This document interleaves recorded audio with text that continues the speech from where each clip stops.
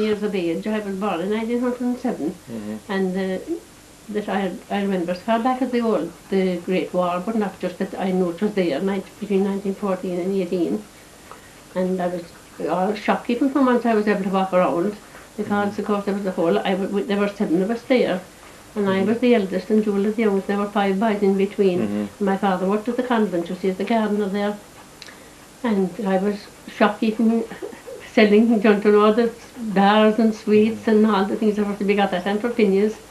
And we used to buy eggs, and country people were all bringing eggs to sell, and of course they buy groceries and other things in return. But I remember that I was so young that and they would count the eggs, what they called hens. 6 eggs were a hen of eggs, and 100 eggs was 120 eggs, and half 100 then was 60 and 30. But I remember I was young, so young that I could carry all the 3 eggs in one hand. And we be counting that way, we would count them in hands. But of course all that died away after a while. So that was now up here. Yes, up in the old shop. Up in the old shop here. And you sort of had a barter going there. They brought in the eggs. Yeah, but they needn't do it that way. They needn't do that way. They bought in bread and butter. But that time the butter wasn't wrapped up in tin foil or anything like now. But, and where did you get the butter from in those days? You get butter too from somebody that would bring it to you, and you could sell it again.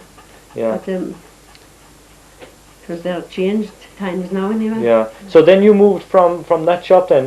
How did you get down here then? We never moved. But, I mean, we didn't leave above at all. We were both going. I mean, we hadn't both going at the same time.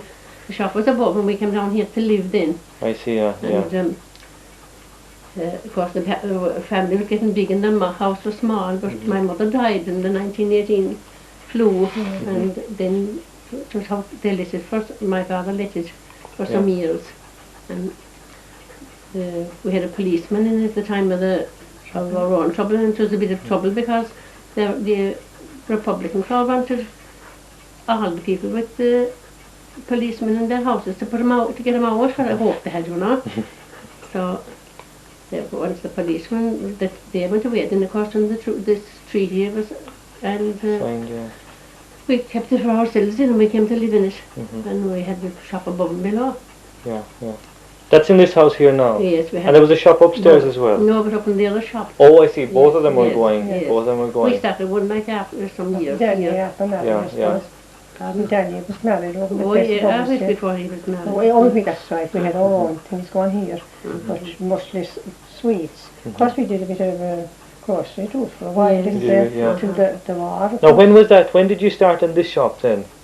That would be after the treaty, whatever year that would be. 22. Early 20s anyway. Yes, I would say the early 20s. Yeah, and what would you have in the shop then, in stock, in those days? All children's stuff, you see, because we had the schools then. The school, The school here was going that time. Across the road, And then the secondary one came some years after, up in the hotel where we could be getting the flats now. That was very late, that wasn't for a long time.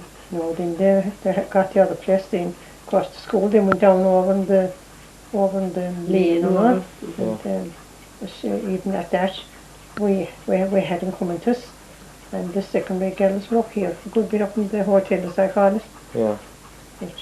Now, in all those days, between say 1924 or so, up to say the late 60s, you must have had thousands and thousands and thousands of children we had who have since grown up, and their children and they know you know, sometimes you meet them, and the buses take the children over there now after school, and there isn't a child there who know. Not one, they're all from face friends, and then they're coming longer distances too, than they used before.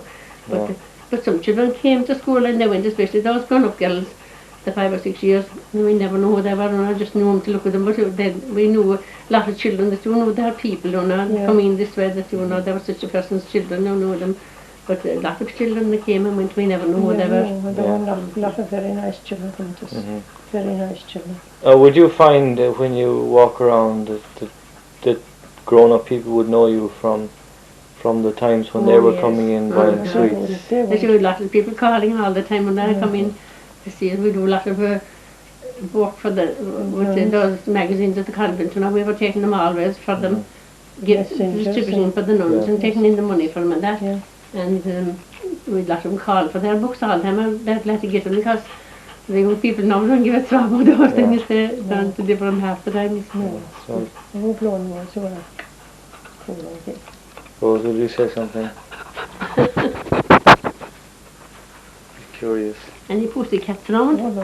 If you could see any pussycats, she'd... There's nice pussycats, yeah. Just out there we have a little Sherman Carling and just a lovely white one. You might have seen him around the street outside. Yeah. Whoever he belongs to anyway. He's quite tame on her. I know how to escape before it's And she doesn't like him at all. No, between in the cars when I and came downstairs, I had the outside the window, up in the window sill.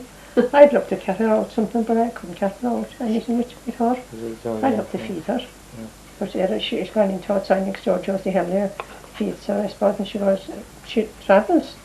But Rose wants, no, she wants to place herself. Don't know Rose.